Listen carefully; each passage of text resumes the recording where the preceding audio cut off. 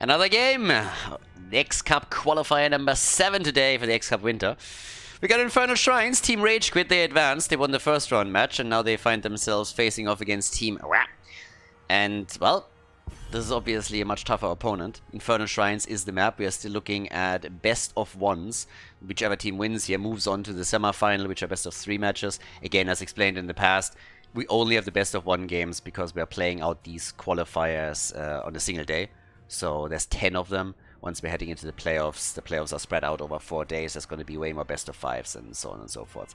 By the way, for some reason, people are always like asking me like, hey, how do I participate in these tournaments? Literally anybody can participate. You can get 5 friends together and you can participate in these tournaments. These are open tournaments. Open means that anybody that wants to sign up can sign up. Now, if you're looking for the links on where you can do that, you can either join my Discord. The link is in the description. Or you can go to Khaldor.tv. There is a news item where all qualifiers for the tournament are linked as well. So this is one of the perfect things to also make a little bit of a name for yourself and get some experience. Some of you might know that I rant regularly against all this bullshit where people are saying like, oh, it's just an old boys club, you never get a chance if you don't know people. And that's obviously total horseshit. People that make that argument just are bad and don't want to put in the work. So yeah, total crap. We have so many open tournaments these days, no matter which server you play on. Everybody that wants to make a name for themselves and is good enough can do that. People that complain that way just want to get invited into a top team without putting the actual work in outside of playing maybe a little bit Storm League. And yeah, that's not really what competitive play is. So yeah.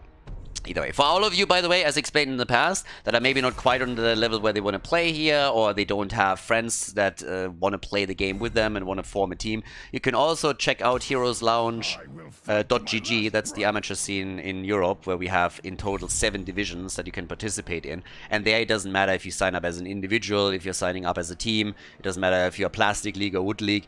Everybody can play there. So if that's the first step for you and you just want to play in a more competitive environment, not the shit show that's Storm League, then you can do that. Might not necessarily get you into the grand final of a tournament like this one, but again, it's a start. So if you just want to do that for fun, that's another one that you can check out. Now in our game, we got our Tracer once more. So Limo really likes to play as Tracer. As you could already see in the last game, he played the same thing now. We got Shizakit on Jojo. And Riga got picked first here in Infernal Shrines for Nagrom, with Stukov already banned out. He was obviously the top priority pick here. First pick, first ban on the side of team allowed them to make that play.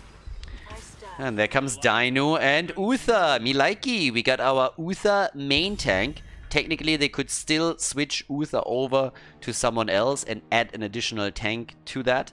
But we already have that Vala set up. So normally when you see Vala on Infernal Shrines, you immediately think multi-shot, because you get so much value on the shrine when you're spreading the damage out, not only against the opponent's heroes, but also against the shrine minions themselves. If you're going for the double support together with it, it's very likely that you're looking at an auto attack style so that you can actually hammer down the opponent's front line, get some stacks together, and then really wreck them with the auto attack damage.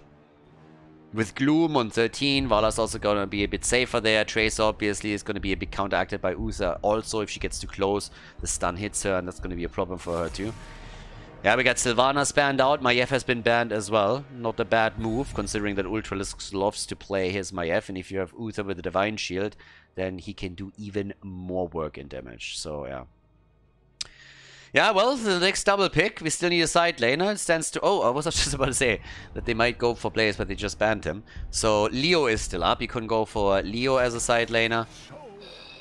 And first we get Mephisto and Deckard Cain, the Diablo double pick. They're nearly going full Diablo on this one. Look at it.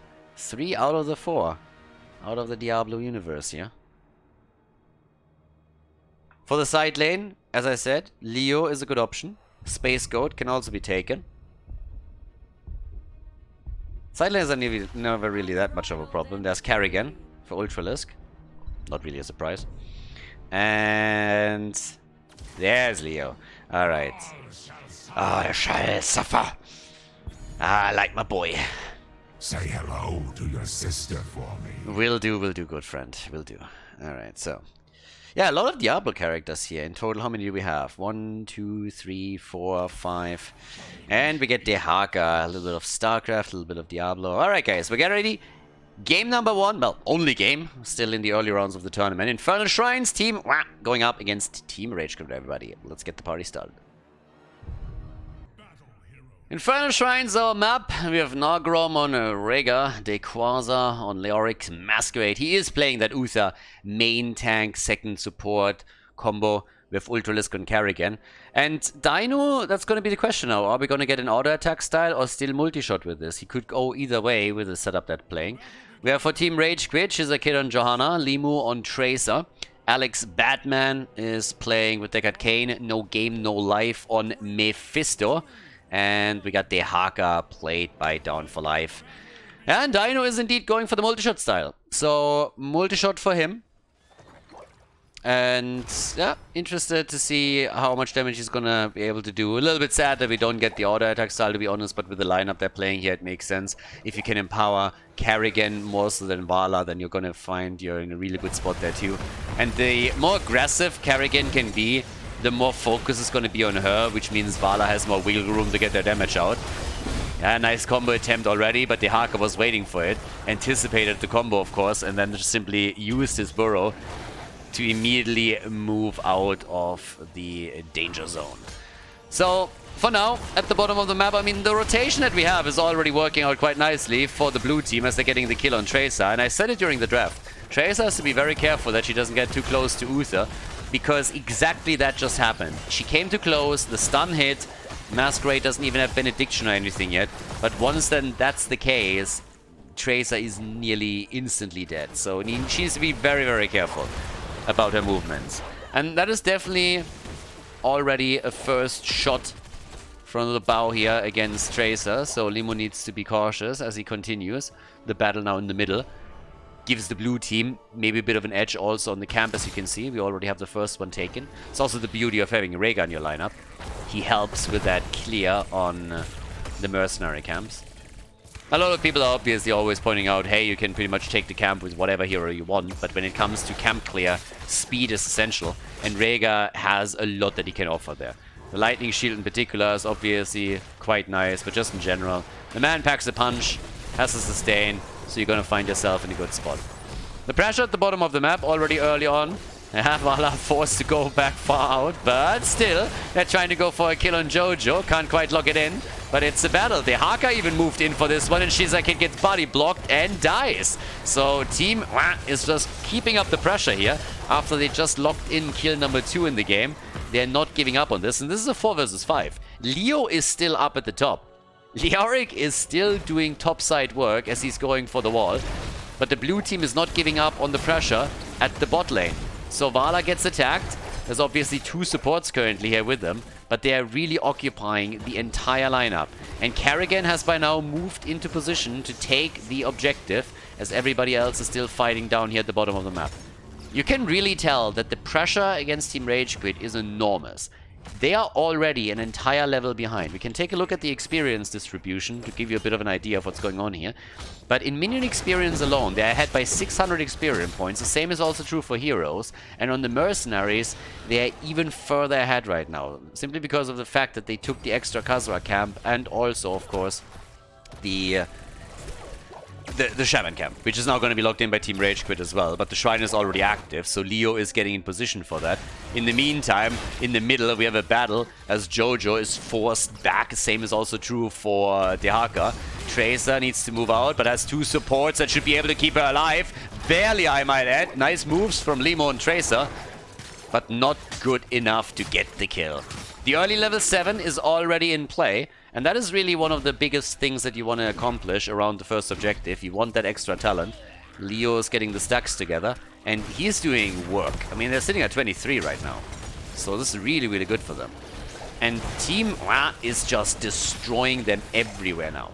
Up at the top, Leo is up against 2 and also has to deal with the camp here eventually. Both teams now have level 7. And Dequaza is still... He's actually threatening a kill on Jojo. Kerrigan is coming in.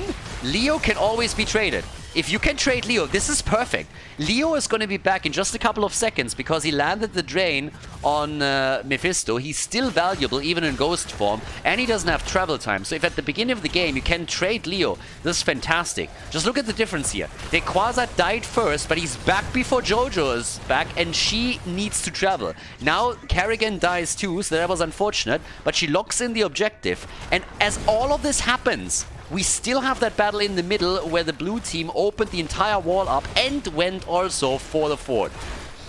Now, Nagrom shouldn't have died here, honestly, but again, he goes down.